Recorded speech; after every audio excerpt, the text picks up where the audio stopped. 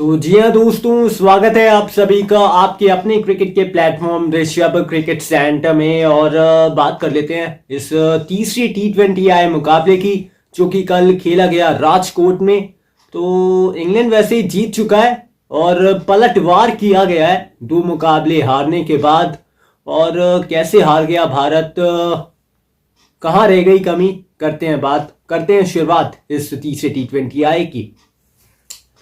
तो भाई टॉस हुआ और एक बार फिर से वो सिक्का गिरा कप्तान स्काई के पक्ष में। एक बार फिर से गेंदबाजी करने का निर्णय लिया और भारत ने एक बदलाव किया। वापसी हुई 14 महीने और 436 दिन बाद मोहम्मद शमी की इंटरनेशनल क्रिकेट में।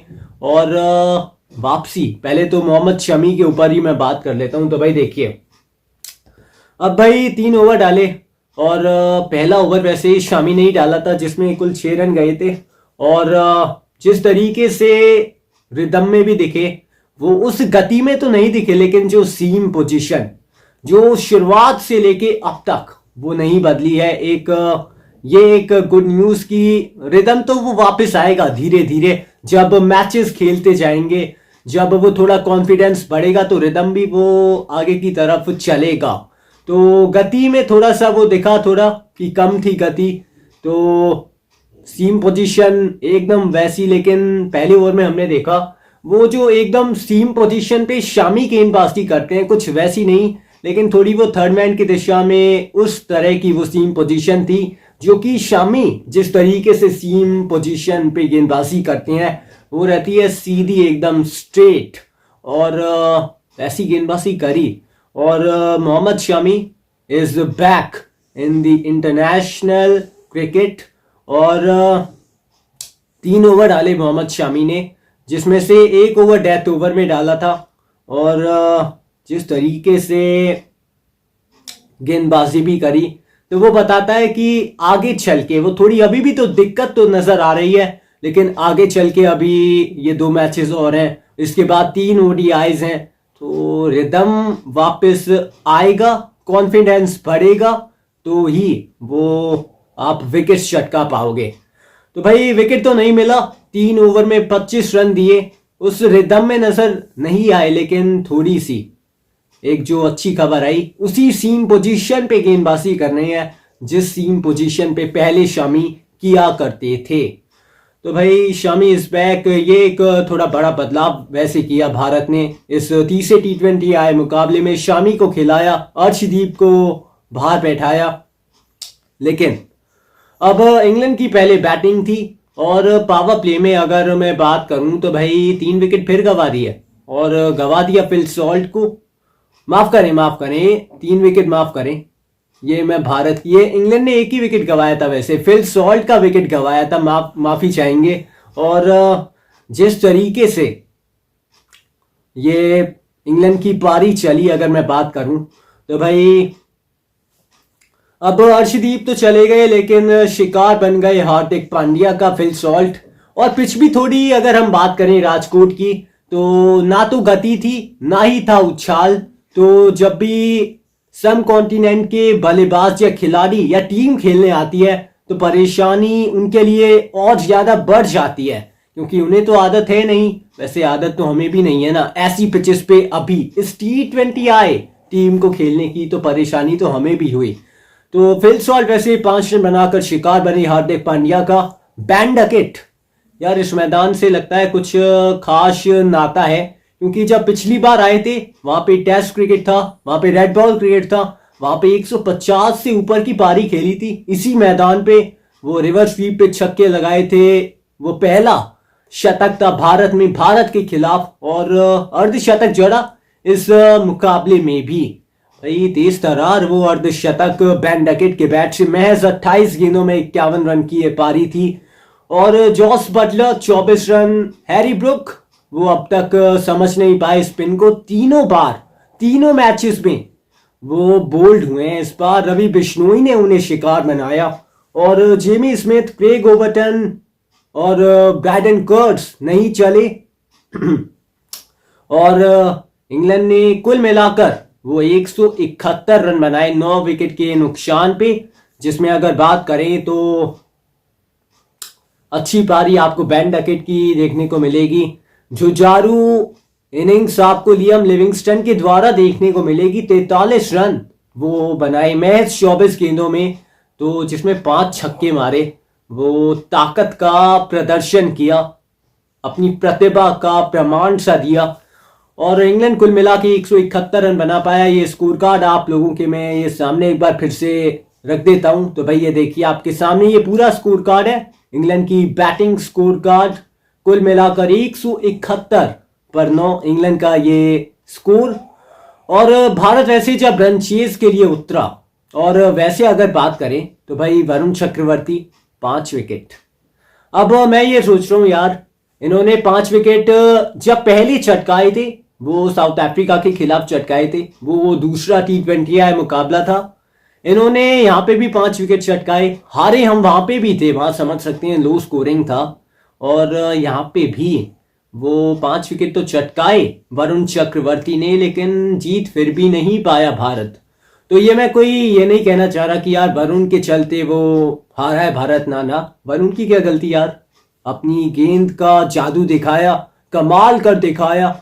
लेकिन सच में अब अगर मैं ये आपके सामने रखूं भारतीय गेंदबाजी लाइनअप सॉरी, तो भाई देखिए मोहम्मद शमी 3 ओवर में 25 रन इन्होंने दिए। हार्दिक पांड्या 4 ओवर में 33 रन 2 विकेट इन्होंने चटकाए।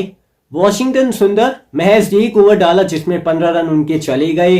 वरुण चक्रवर्ती वाव, क्योंकि 4 ओवर 24 रन और 5 का पंजा खोला इस गेंदबाज ने। और रवि बिश्नोई का भी वो खाता खुल चुका है इस सीरीज में, वो थोड़ा सा लक फेवर कर गया इस बार। हैरी ब्रुक को उन्होंने शिकार बनाया।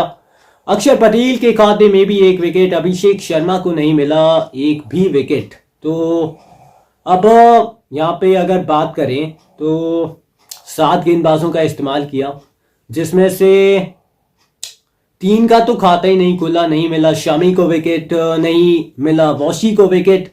अभिषेक शर्मा तो वो वैसे बीच में 1 ओवर करने आते हैं। चेन्नई में जरूर आउट किया था जेमी स्मिथ को, लेकिन यहाँ उस रवैये का इस्तेमाल नहीं किया इंग्लैंड के बल्लेबाजों ने अभिषेक के सामने। और अब चल लेते हैं भाई भारतीय बल्लेबाजी की तरफ।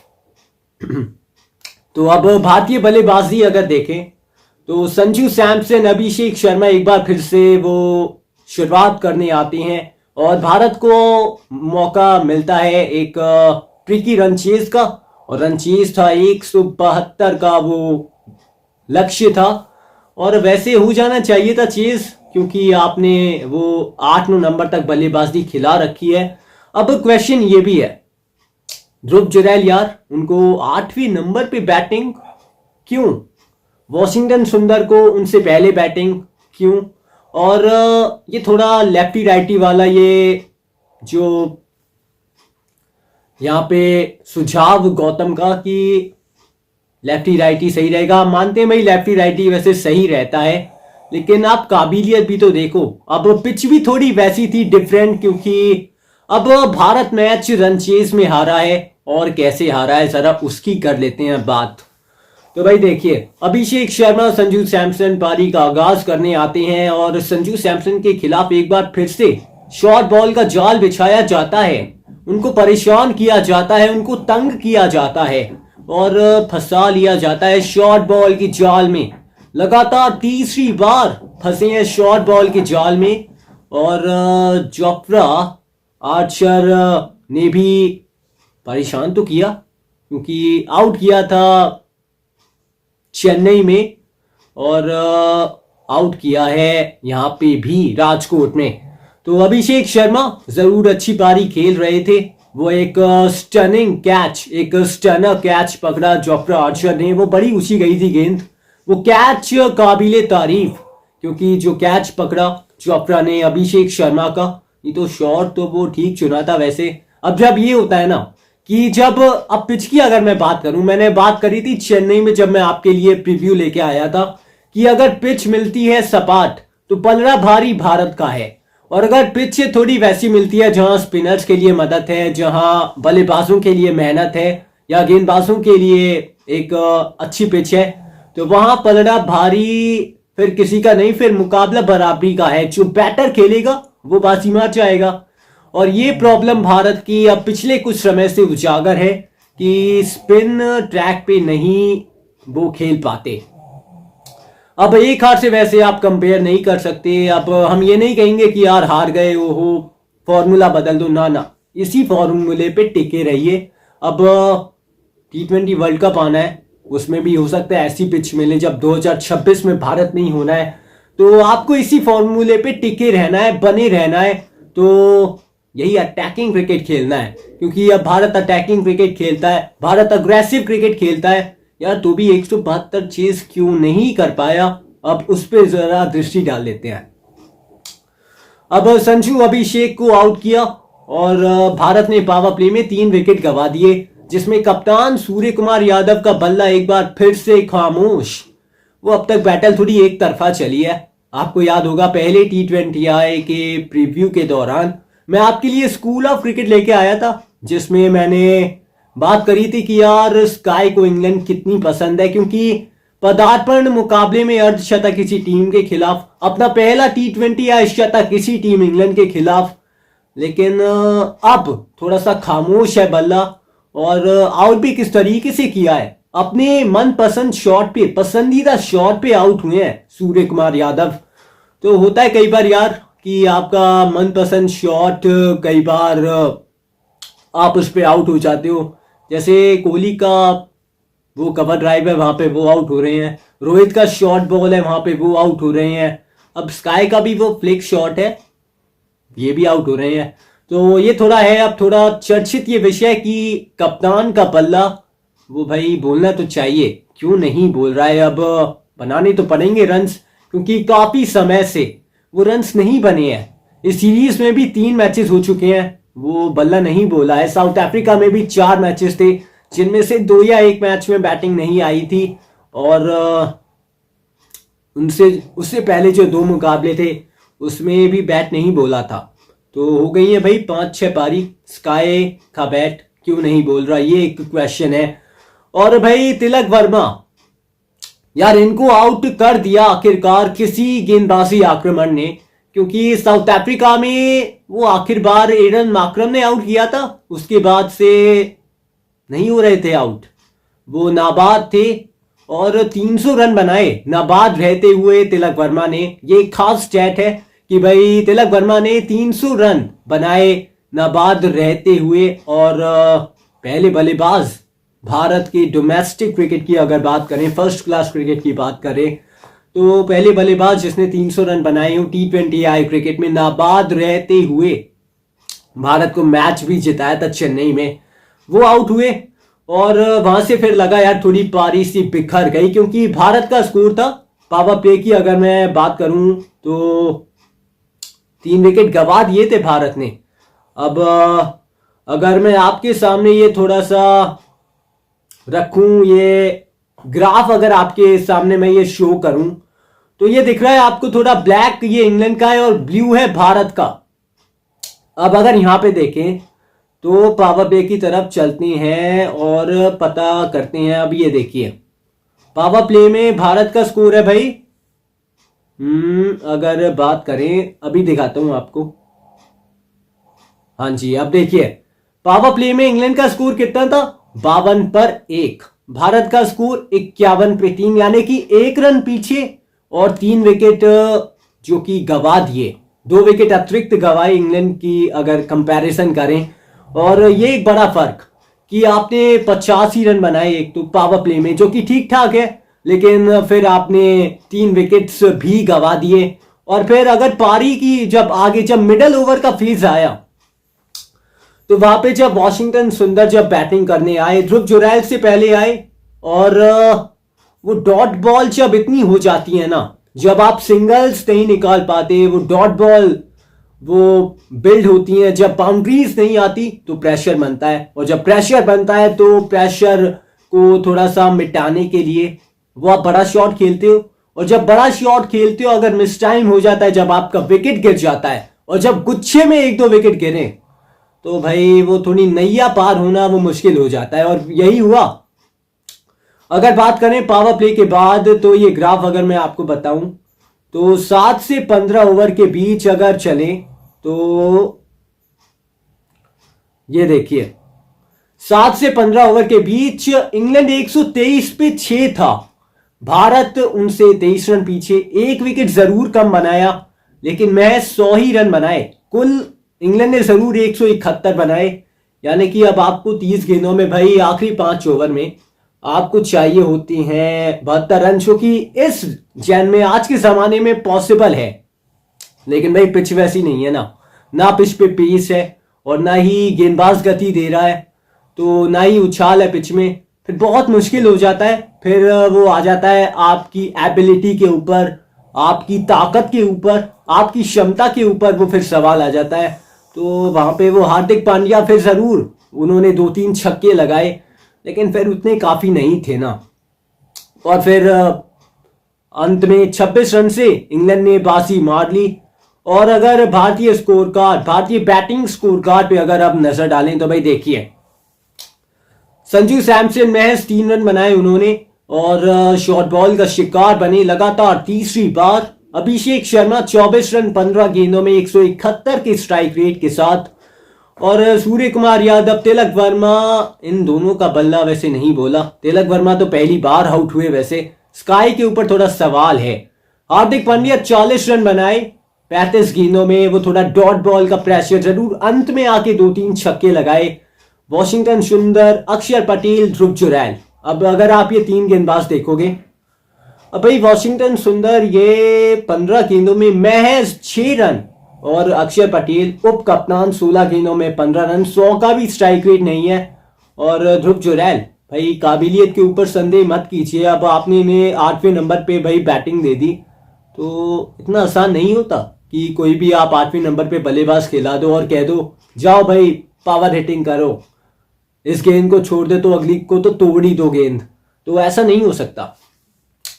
तो अब सवाल यह है कि भाई ध्रुव जुरैल विकेट कीपर तो नहीं, विकेट कीपिंग तो नहीं कर पा रहे हैं, तो प्लेइंग 11 में क्यों खेल रहे हैं। वॉशिंगटन सुंदर, अब इतना भरोसा गौतम गंभीर उनके ऊपर जताती हैं, अब उनका परफॉर्मेंस जरूर ऑस्ट्रेलिया में अच्छा था, इंग्लैंड वो न्यूजीलैंड के खिलाफ घर में जो टेस्ट सीरीज थी वहां पे अच्छा था, लेकिन यहाँ पे वो थोड़ा T20 आइस में उतना अभी परफॉर्म, इस एक मैच से तो मैं कंपैरिजन नहीं करूंगा क्योंकि जरूर अब ये मुकाबला भारत हारा है लेकिन सीरीज में 2-1 से आगे है। अब अगर गेंदबाजी पे नजर डालें इंग्लैंड की तो भाई देखिए जोफ्रा आर्चर 4 ओवर में 33 रन, 2 विकेट इन्होंने चटकाए, लेकिन असरदार और धमाकेदार 2 गेंदबाज अगर मैं आपको दिखाऊं तो भाई देखिए, एक तो ब्रेंडन कर्ट्स आपको नजर आएंगे, ये 4 ओवर में 28 रन, 2 विकेट, और भाई आदिल रशीद, यार इन्होंने परेशान कर दिया, इन्होंने बहुत मुश्किल काम कर दिया। 4 ओवर में T20 आइज में भाई 15 रन दिए अपने 4 ओवर के स्पेल में, 1 विकेट भी चटकाया तिलक वर्मा के रूप में, और वो एक गोल्डन अपॉर्चुनिटी क्रिएट करी इंग्लैंड के लिए, और मुकाबला जीता इंग्लैंड ने 26 रनों से, और सीरीज को अभी भी जीवित रखा है, यानी कि 1-2 से जरूर अभी पीछे है, लेकिन राजकोट में इंग्लैंड की वापसी हो गई है। तो मैच मैंने आपको बताया भाई, मोहम्मद शमी की वापसी हुई और इंग्लैंड की ये कमबैक वाली एक जीत की ग्लोरी, उनकी स्टोरी मैंने आपको बताई। अब एक मैच से आप कंपेयर नहीं कर सकते, अभी जरूर 2-1 से भारत आगे है और 2 मैचेस बचे हैं। अब सवाल यही आ गया पिच के ऊपर, क्योंकि गति नहीं थी, उछाल नहीं था, अब बराबरी का गेम आ गया ना, क्योंकि भारत भी स्पिन तो बैटर खेलता नहीं, और यही हाल हुआ जो मेरे ख्याल से एक्सेप्ट करना थोड़ा सा मुश्किल है, और एक्सपेक्ट आप वैसे कर भी नहीं रहे होगे आप दर्शक सभी। तो जरूर इंग्लैंड ने बाजी मारी इस तीसरे T20 आए मुकाबले में, लेकिन चौथा पुणे में है, 5वां मुंबई में है, और वहां पे अब जीत की खुशबू वो लानी पड़ेगी, जीतना जरूरी वो करना पड़ेगा। तो बस आज के लिए और अभी के लिए हमारी इस वीडियो में इतना ही है, और अगली मुलाकात होने वाली है बहुत जल्द। और विराट कोहली का रणजी ट्रॉफी का मुकाबला कल आने वाला है और उसकी भी बात करेंगे। तो बस आज के लिए, अभी के लिए इस वीडियो में इतना ही है। इस तीसरी T20I के रिव्यू में इतना ही है। मुझे ऋषभ भारद्वाज को आज के लिए, अभी के लिए दीजिए इजाजत, क्योंकि भाई 1-2 से ये सीरीज जीवित है और अब थोड़ा सा मजा आ जाएगा, क्योंकि बल्लेबाजी अभी भी नहीं जागी, लेकिन गेंदबाजी ने बता दिया कि भाई हम तो चुनौती पेश करेंगे, हम तो आपके सामने वो कड़ी चुनौती पेश करने वाले हैं। तो बस आज के लिए, अभी के लिए इतना ही है। अगली मुलाकात बहुत जल्द होने वाली है, तब तक के लिए take care and goodbye. और एक बार फिर से आपको वही 3 काम करने हैं। पहला, चैनल को सब्सक्राइब करना है, नोटिफिकेशन की घंटी बजानी है। दूसरा, चैनल को करिए भाई शेयर भी। और तीसरा, वीडियो अच्छी लगी हो तो भाई लाइक का ऑप्शन है, लाइक भी कर दीजिएगा। आज के लिए, अभी के लिए हमारी इस वीडियो में इतना ही है। अगली मुलाकात पता है बहुत जल्द होने वाली है। तब तक के लिए take care and goodbye. I hope आपने हमारी वीडियो को एंजॉय किया होगा दोस्तों। Thank you for watching.